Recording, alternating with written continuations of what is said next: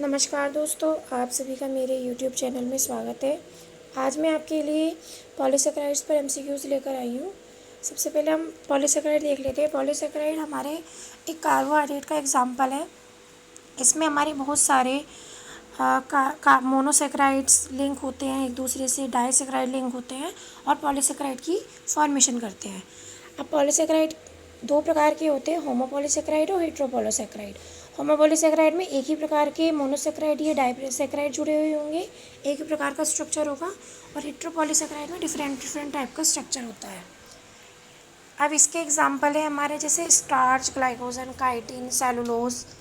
अब स्टार्च जो होगा वो हमारे प्लांट के अंदर एनर्जी, स्टार्च का जो फंक्शन होता है वो प्लांट के अंदर स्टोरेज फॉर्म में होता है और एनर्जी का इसका पर्पस है। ग्लाइकोजन हमारे अंदर स्टोर होता है और ये ग्लूकोज को स्टोर करता है। काइटिन स्ट्रक्चरल फॉर्म में फंगल की जो सेल वॉल होती है वो काइटिन से मिलकर बनी हुई होती है।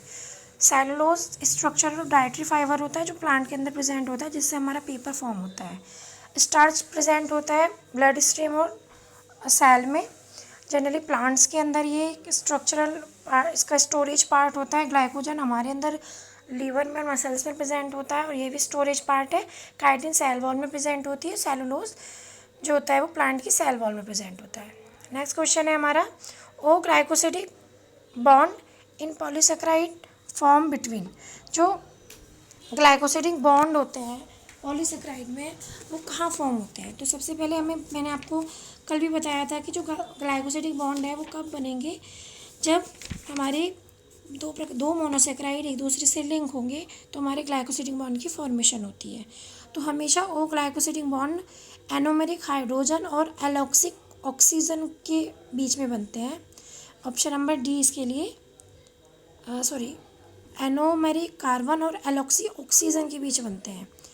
तो इसके लिए ऑप्शन नंबर ए सही है।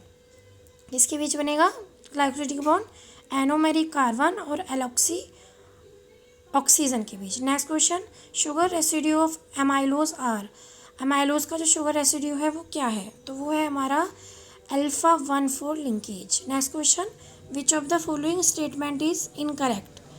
तो ऑप्शन नंबर डी, इसमें से कोई सा भी ऑप्शन इनकरेक्ट नहीं है, लगाएंगे आप। Amylose is water soluble fraction of starch, बिल्कुल correct. Amylopectin is water insoluble fraction of starch, बिल्कुल correct. Amylopectin has alpha 1,4 and alpha 1,6 glycosidic linkage.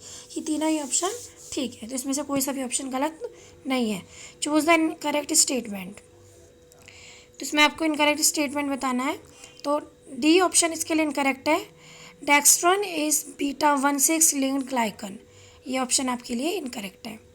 Next question, which of the following statement is true. तो इसके लिए आपका जो option सही होगा वो सी होगा।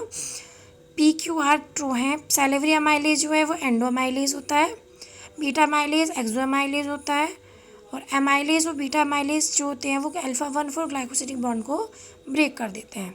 Next question, cellulose is indigestible by human because we lack the enzyme that hydrolysis. तो इसका ऑप्शन नंबर सी ठीक है, beta 1,4 glycosidic bond. Next question, choose the incorrect statement. तो इसमें हमें इनकरेक्ट स्टेटमेंट चूज करना है, तो ऑप्शन नंबर फोर इसके लिए इनकरेक्ट है। Glycogen is major structural polysaccharide, क्योंकि जो ग्लाइकोजन है वो एक स्टोरेज पॉलीसेकेराइड है। मैंने अभी आपको बताया था ग्लाइकोजन ह्यूमंस के अंदर स्टोरेज फॉर्म होती है और स्टार्च प्लांट के अंदर। तो ऑप्शन नंबर सी जो डी और 4 ऑप्शन है वो इसका इनकरेक्ट है। नेक्स्ट क्वेश्चन, ग्लाइकोजन क्या है। तो ग्लाइकोजन एक हाईली ब्रांच फॉर्म है अमाइलोपेक्टिन की, ग्लाइकोजन। नेक्स्ट क्वेश्चन, इसके पास अल्फा 1,4 और अल्फा 1,6 ग्लाइकोसिडिक बॉन्ड होते हैं। तीसरा, स्केलेटल मसल के पास greater amount of body glycogen होता है ह्यूमंस में, ये बिल्कुल ऑप्शन सही है, PQS। Next question, correct statement regarding the polysaccharide including which of the following. तो हमें इसमें बताना है, ऑप्शन नंबर डी ठीक है, PQS। Amylose is linear unbranch polymer of D glucose with alpha 1,4 glycosidic linkage. Amylopectin is branch polymer of D-glucose with alpha 1,4 glycosidic linkage with alpha 1,6 branching point every 25 to 30 D-glucose residue. And dextran is a polymer of D-glucose present in yeast and bacteria.